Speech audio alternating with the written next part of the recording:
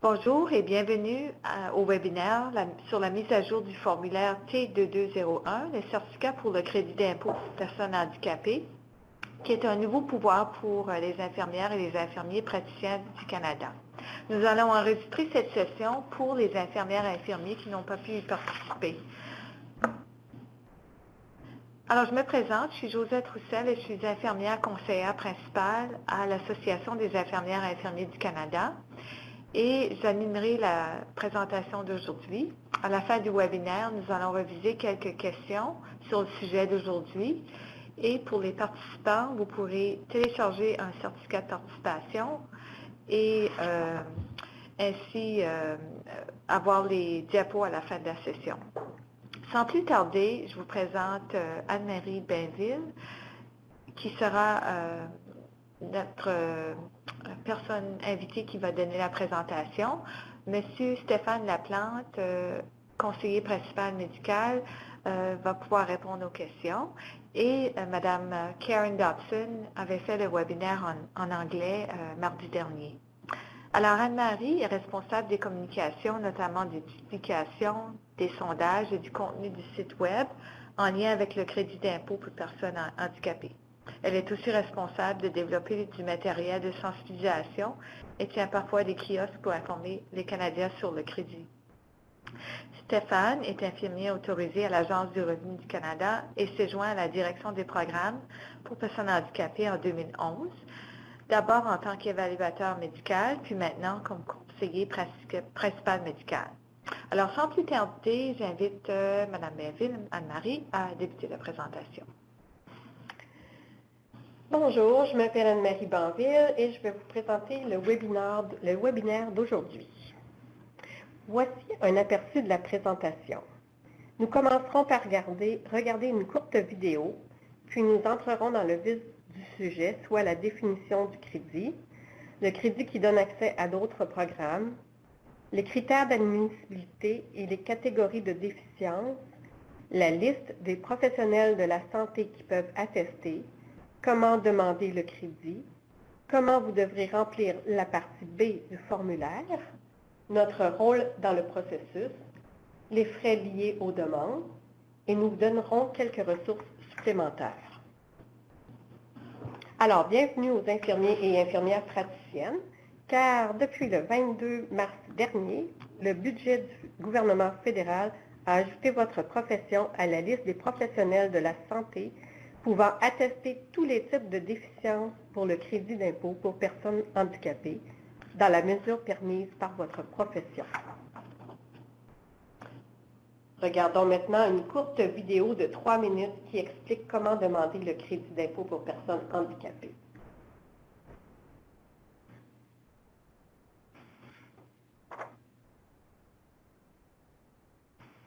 Demandez le crédit d'impôt pour personnes handicapées en 1, 2, 3 étapes faciles.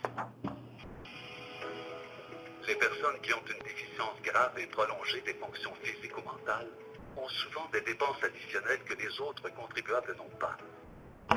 Le crédit d'impôt pour personnes handicapées permet de compenser une partie de ces dépenses. Le crédit d'impôt pour personnes handicapées est un crédit d'impôt non remboursable. Cela signifie que lorsque vous remplissez votre déclaration de revenus et de prestations, le crédit diminue le montant d'impôt que vous pourriez avoir à payer. Demander le crédit est facile. Il suffit de suivre ces 3 étapes. Première étape. Inscrivez les renseignements personnels de base à la partie A du formulaire T2201, intitulé « Certificat pour le crédit d'impôt pour personnes handicapées ». Lorsque j'ai appris qu'Emma pouvait être admissible au crédit d'impôt pour personnes handicapées, j'ai voulu en faire la demande tout de suite. Et ça a été facile. Je n'avais qu'à remplir la partie A avec mes renseignements personnels de base et ceux d'Emma, et ensuite j'ai apporté le formulaire à notre professionnel de la santé. Deuxième étape. Demandez à votre professionnel de la santé de remplir la partie B du formulaire. Mes patientes demandent souvent de remplir la partie B du formulaire T2201, donc je connais bien le formulaire. Je leur dis toujours que c'est simple et facile de faire une demande du crédit d'impôt pour personnes handicapées. Troisième étape. Postez le formulaire rempli et signé à l'Agence du revenu du Canada. La professionnelle de la santé de ma mère a été d'une grande aide. Elle a aidé maman à trouver du soutien et à remplir le formulaire T2201. Maintenant que le formulaire est rempli et signé par ma mère et par son médecin, nous n'avons qu'à le poster à l'Agence du revenu du Canada. La vie est plus difficile pour les personnes ayant une déficience grave et prolongée des fonctions physiques ou mentales. Demander le crédit d'impôt pour personnes handicapées peut apporter un certain soulagement. Vous n'avez pas à attendre la période de production des déclarations de revenus. Demandez le crédit à tout moment pour savoir si vous êtes admissible. Une fois que vous aurez produit votre déclaration, nous pourrons la traiter plus rapidement. Être admissible au crédit d'impôt pour personnes handicapées pourrait aussi vous permettre de profiter d'autres programmes gouvernementaux, tels que le régime enregistré d'épargne invalidité, la prestation fiscale pour le revenu de travail et la prestation pour enfants handicapés. Demandez le crédit d'impôt pour personnes handicapées dès aujourd'hui. Pour obtenir plus de renseignements, allez à arc.gc.ca/CIPH ou composez le 1-800-959-7383. 3 étapes faciles. C'est simple comme 1, 2, 3.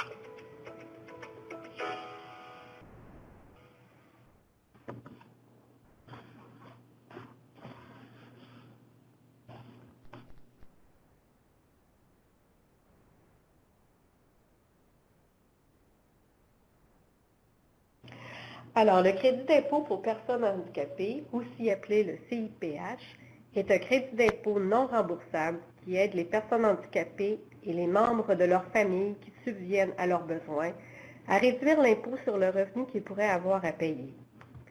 Et pour être admissible, une personne doit avoir une déficience sévère et prolongée des fonctions physiques ou mentales telles que définies dans la loi de l'impôt sur le revenu et doit être attestée par un professionnel de la santé. Comme nous l'avons vu dans la vidéo, il faut remplir un formulaire avant d'obtenir le crédit. En fait, c'est le seul crédit d'impôt fédéral où on doit remplir le formulaire avant d'en faire la demande sur la déclaration de revenus. Une personne qui demande le crédit n'est pas nécessairement admissible si elle reçoit une pension d'invalidité du régime de pension du Canada ou du régime des rentes du Québec, des indemnités pour accident de travail ou d'autres genres de prestations d'assurance ou d'invalidité. Ces régimes servent à d'autres fins et ont d'autres critères comme l'incapacité à travailler. Être admissible au crédit peut donner accès à d'autres programmes gouvernementaux. Par exemple, la prestation pour enfants handicapés. Les parents qui reçoivent l'allocation canadienne pour enfants et qui prennent soin d'un enfant de moins de 18 ans qui est admissible au CIPH pourraient recevoir cette prestation supplémentaire. Le supplément pour personnes handicapées de la prestation fiscale pour le revenu de travail ou un régime enregistré d'épargne invalidité qui aide les familles à économiser pour assurer la sécurité financière à long terme d'une personne admissible au CIPH. Voyons maintenant les critères d'admissibilité. Dans tous les cas, la déficience doit être prolongée, ce qui signifie que la déficience a duré où il est raisonnable de s'attendre à ce qu'elle dure au moins 12 mois consécutifs. De plus, votre patient doit répondre à l'un des critères suivants. Il est aveugle, il est limité de façon marquée au moins dans une des activités courantes de la vie quotidienne, au moins 90% du temps. Il est limité considérablement dans 2 ou plusieurs activités courantes de la vie quotidienne, ce qui peut inclure la déficience visuelle, au moins 90% du temps, ou il a besoin de soins thérapeutiques essentiels. Votre patient n'est pas automatiquement admissible au CIPH lorsqu'il a une condition médicale ou une déficience. Il doit répondre aux critères nommés précédemment pour être admissible. De plus, l'admissibilité au CIPH est basée sur les effets de la déficience et non sur la condition médicale ou le diagnostic. En d'autres mots, 2 personnes pourraient avoir la même condition médicale ou diagnostic, mais les effets de la déficience pourraient être différents. Par exemple, ils pourraient tous les deux avoir une déficience au niveau de la marche, mais une personne est incapable de marcher sans prendre un temps excessif, tandis que l'autre doit utiliser une marchette et doit s'arrêter fréquemment pour se reposer pour marcher la même distance. Le formulaire de demande est divisé en catégories de déficience. Votre patient doit répondre aux critères dans une ou plusieurs de ces catégories. Voir, les activités courantes de la vie quotidienne, c'est-à-dire parler, entendre, marcher, évacuer, qui inclut les fonctions intestinales ou vésicales, se nourrir, s'habiller, effectuer les fonctions mentales nécessaires aux activités de la vie courante, et notez que ces activités n'incluent pas le travail, les travaux ménagers, ni la participation aux activités sociales ou récréatives. Une autre catégorie, les effets cumulatifs de limitation considérable et les soins thérapeutiques essentiels. Voyons maintenant les critères sous chaque catégorie. Sous la catégorie voir, votre patient est considéré aveugle si, même avec des lentilles correctrices et des médicaments, selon le cas, l'activité visuelle de ses deux yeux est de 20 sur 200 ou moins sur l'échelle de Snellen ou l'équivalent, ou que le plus grand diamètre du champ de vision de ses deux yeux est de 20 degrés ou moins. Sous les activités courantes de la vie quotidienne, votre patient doit être limité de façon marquée dans au moins une des activités courantes de la vie quotidienne, c'est-à-dire qu'il est considéré comme étant limité de façon marquée si, selon le cas, il est incapable de faire une activité courante de la vie quotidienne ou il prend un temps excessif pour faire une de ces activités. Qu'est-ce qu'on veut dire par temps excessif? C'est un jugement clinique établi par un professionnel de la santé qui observe une différence apparente dans le temps que prend une personne pour faire une activité. En général, ça équivaut à 3 fois le temps moyen que prendrait habituellement une personne du même groupe d'âge qui n'a pas la déficience pour faire cette activité. Voici maintenant des exemples pour chaque activité courante de la vie quotidienne où une personne pourrait être admissible au crédit, c'est-à-dire qu'elle pourrait être considérée comme étant limitée de façon marquée. Notez que ces exemples ne sont pas exhaustifs. Et n'oubliez pas que dans ces cas-là, la limitation doit avoir duré au moins 12 mois consécutifs. Pour parler, le patient doit avoir recours à des aides pour communiquer, telles que le langage gestuel ou un tableau de symboles, au moins 90% du temps. Ou, dans un bureau du médecin, le médecin doit demander au patient de répéter plusieurs fois des mots et des phrases, lui prenant ainsi un temps excessif pour se faire comprendre. Des exemples pour entendre. Le patient doit, même en utilisant un appareil auditif, avoir recours entièrement à la lecture labiale ou au langage gestuel pour comprendre une conversation orale, au moins 90% du temps. Ou, dans le bureau du médecin, le médecin doit élever la voix et répéter des mots et des phrases plusieurs fois pour que le patient comprenne, même s'il utilise un appareil auditif. Le patient prend donc un temps excessif pour comprendre. Exemple pour marcher. Le patient doit toujours se servir d'un fauteuil roulant hors de la maison, même pour parcourir de courtes distances. Ou le patient prend un temps excessif pour marcher 100 mètres, ce qui équivaut à environ un pâté de maison, au moins 90% du temps, car il doit prendre des pauses fréquentes à cause de la douleur et du manque de souffle. Exemple d'évacuer, incluant les fonctions intestinales et vésicales. Le patient souffre d'incontinence intestinale ou urinaire au moins 90% du temps. Il prend donc un temps excessif pour gérer ses fonctions intestinales ou vésicales. Exemple de se nourrir. Le patient doit se nourrir par gavage au moins 90% du temps. Ou le patient prend quotidiennement un temps excessif pour préparer et manger ses repas en raison de la douleur et du manque de force et de dextérité dans ses membres supérieurs. Exemple de s'habiller. Le patient ne peut pas s'habiller sans l'aide quotidienne d'une autre personne.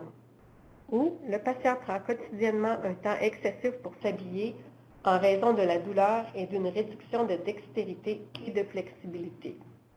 Notez que se nourrir et s'habiller n'inclut pas d'identifier, de chercher, d'acheter ou de se procurer de la nourriture ou des vêtements. Les fonctions mentales comprennent l'apprentissage fonctionnel à l'autonomie, la mémoire, la résolution de problèmes, l'atteinte d'objectifs et jugements pris dans leur ensemble. Alors, si on présente des exemples de fonctions mentales nécessaires aux activités de la vie courante, le patient ne peut pas sortir de sa maison en raison de son anxiété, au moins 90% du temps, même en prenant des médicaments et en suivant une thérapie. Le patient est autonome dans plusieurs aspects de sa vie. Toutefois, même en prenant des médicaments et en suivant une thérapie, il doit recevoir quotidiennement du soutien et de la supervision parce qu'il ne peut pas interpréter son environnement correctement. Ou le patient ne peut pas faire une transaction quotidienne simple comme acheter de la nourriture à l'épicerie sans l'aide d'une personne au moins 90% du temps. Et finalement, le patient est incapable d'exprimer ses besoins ou d'anticiper les conséquences de son comportement lors de ses interactions avec les autres. Une autre catégorie de déficience, c'est les effets cumulatifs des limitations considérables.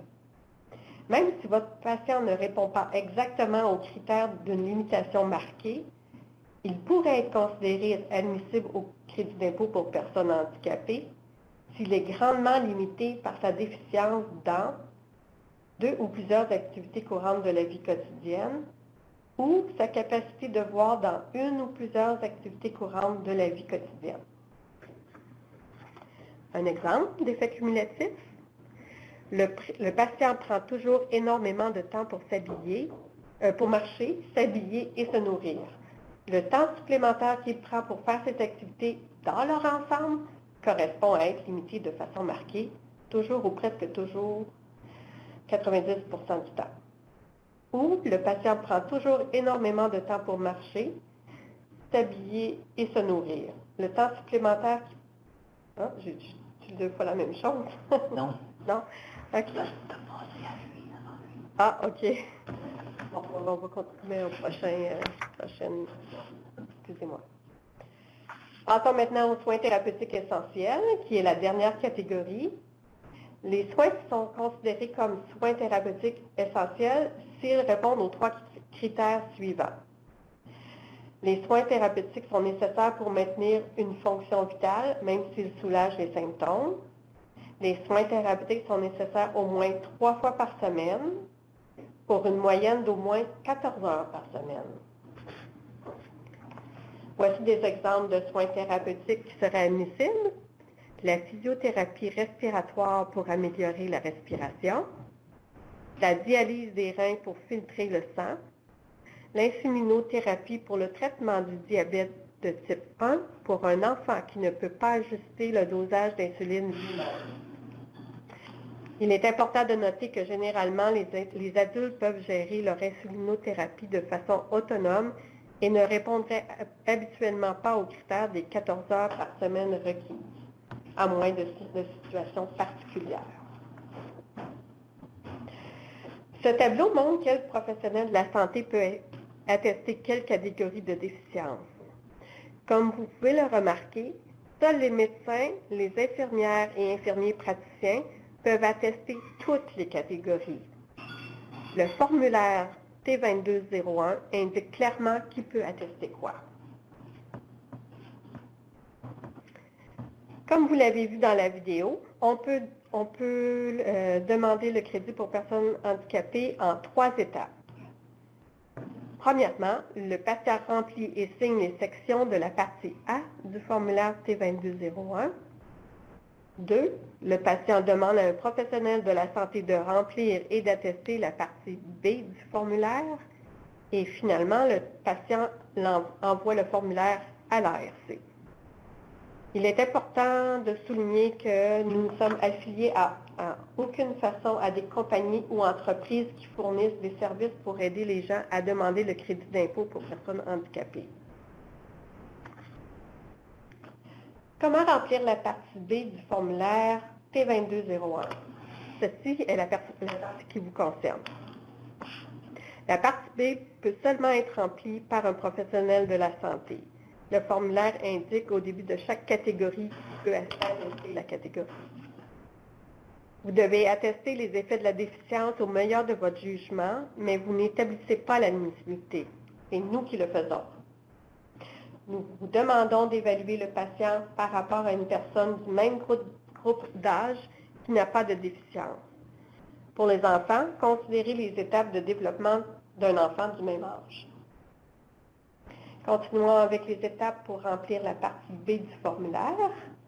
La première étape, il y a plusieurs catégories sur le formulaire, mais vous devez remplir seulement la ou les catégories qui s'appliquent à votre patient. Répondez à toutes les questions de chaque catégorie qui s'applique. Inscrivez la date à laquelle le patient est devenu limité de façon marquée. Notez que cette date n'est pas nécessairement la date à laquelle le diagnostic a été posé. Deuxième étape. Remplir les effets de la déficience, qui est une section obligatoire. Les effets de la déficience de votre patient sont ceux qui font qu'il est toujours ou presque toujours limité, même à l'aide de soins thérapeutiques, d'appareils et de médicaments appropriés.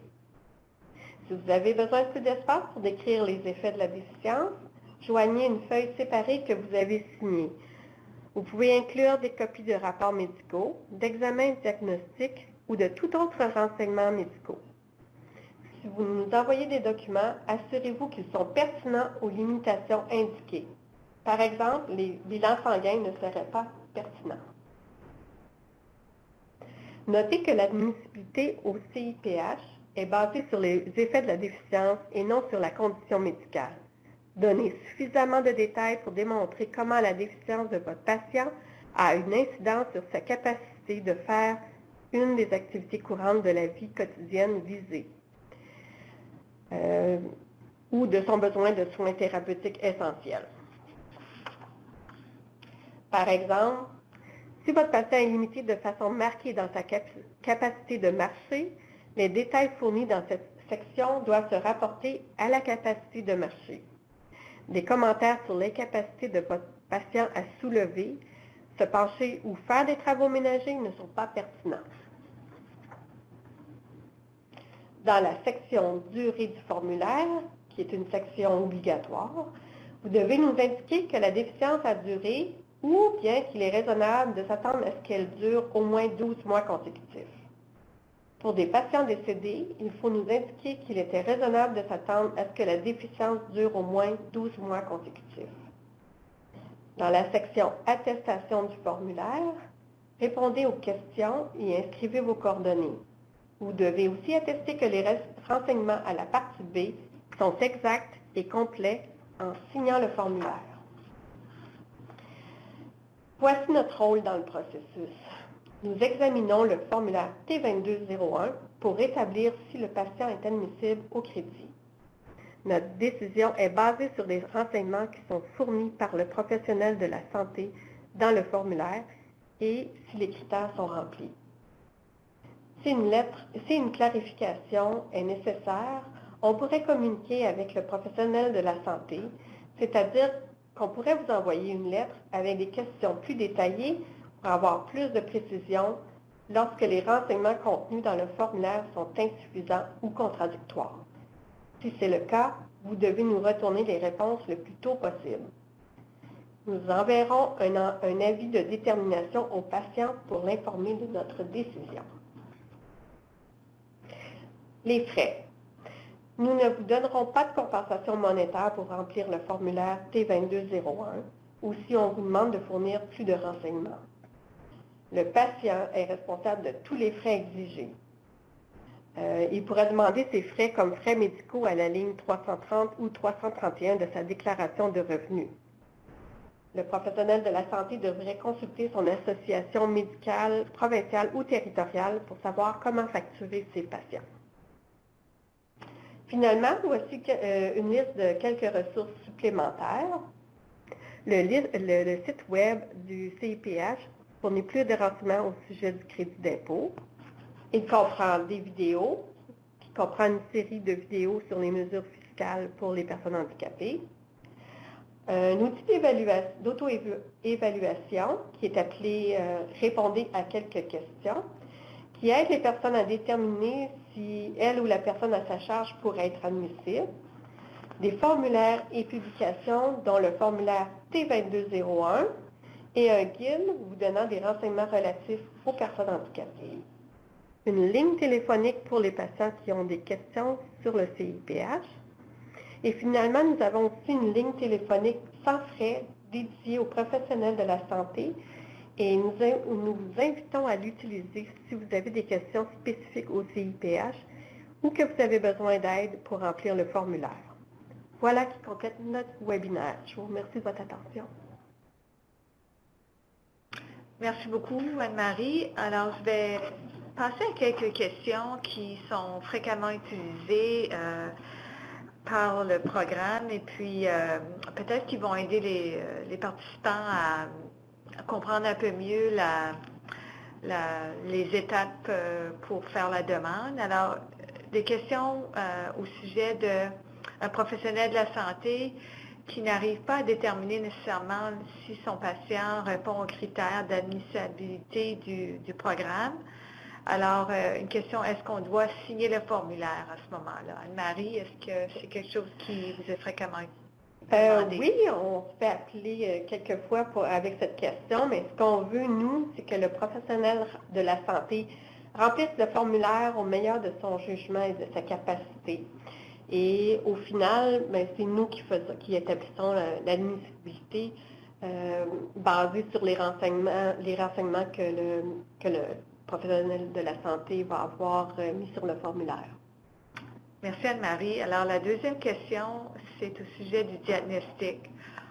On reconnaît dans la présentation que ce n'est pas un critère qui est utilisé, mais est-ce que quand même il est important de mentionner ou d'ajouter le diagnostic dans des formulaires? Oui, c'est ça. Les professionnels de la santé peuvent toujours mettre le diagnostic. Ça peut nous donner des indices, mais l'admissibilité n'est vraiment pas fondée sur le diagnostic, mais plus sur les effets de la déficience physique ou mentale.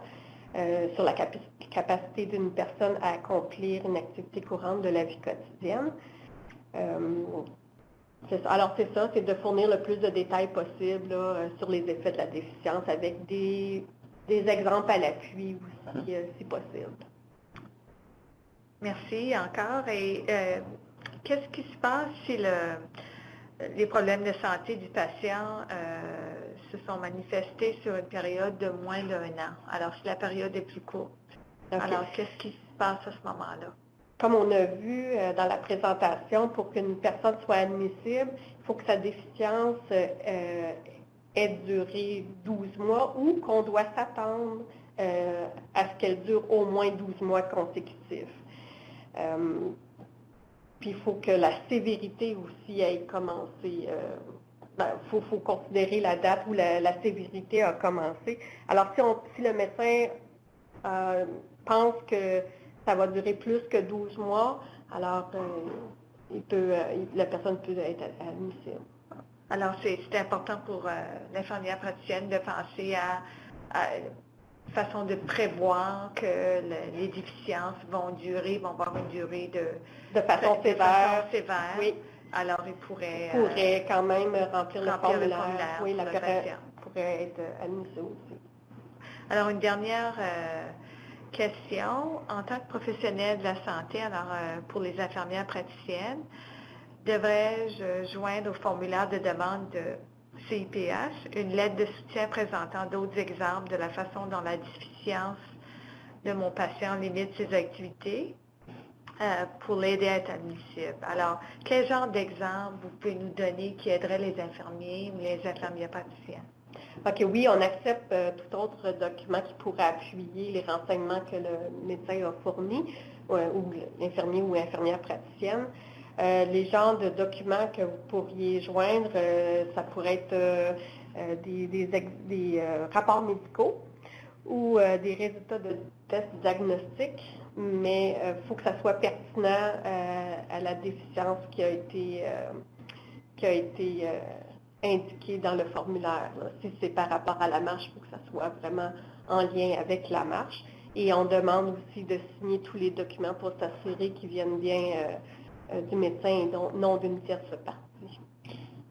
Alors, est-ce qu'il y a quelque chose à rajouter? J'ai un exemple spécifique pour les fonctions mentales. Oui. Souvent, on reçoit les rapports psychologiques. Ah bon, oui, c'est un très bon exemple.